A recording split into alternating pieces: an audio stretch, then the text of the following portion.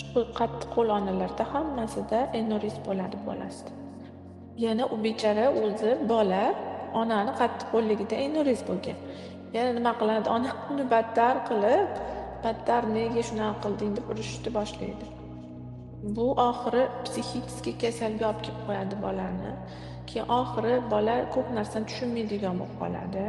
Butun olimlar yig'ilib o'sha Amerikada tadqiqot o'tkazishgan va shu holatda ko'rishganki, mana shu qattiqqo'l, baqirib, urishib katta qiladigan onalarda farzandlari informatsiyani 20% ga qabul qilgan. Yumshoqlik bilan hamma narsani tushuntirib, sevgida.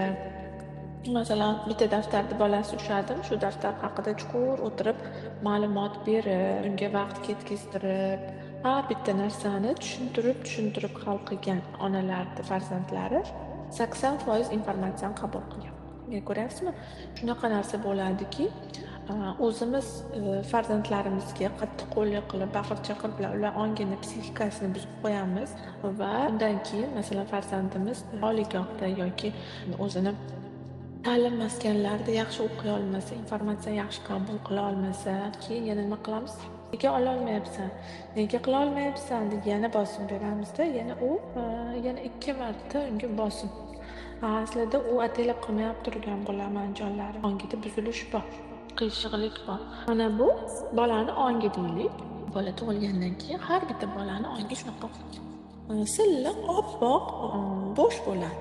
Bu narsa agar ona farzandiga, ya'ni onani o'zi ruhiy holati yaxshi bo'lib, ya'ni nega ona ham beradi farzandiga? Chunki ona ham olgan bo'ladi-da onasidan. Shuning uchun onam mani shunaqa qilgan, mana men yaxshiman, demak, men ham shuni berishim kerak bolamga degan narsa bo'ladi. Lekin bu juda ham katta xato. Mana shu holatda bo'ladigan bo'lsa, bolani holati mana shu baqirib, qattiqqo'llik bilan tinmasdan bosim ostida katta bo'ladigan bolalarda mamma qilib ketmaydi. Mana shunaqa holatga kelib qoladida, infraksiya. Har qanaqa narsani mana bitta gapni gapirsangiz ham qing'ir holatda hamma informatsiyani qiyshiq qabul qiladigan bo'lib qoladi. O'sha bolangiz yangi tug'ilgandan boshlab silliq qog'oz bo'ladigan bo'lsa, demak, siz tinimsiz o'zingiz ustingizda ishlab, ongingiz ustida ishlab, o'zingiz ruhiy holatingiz ustida ishlab, chunki siz har birimiz ota-onamizdan olganmiz kerakligicha.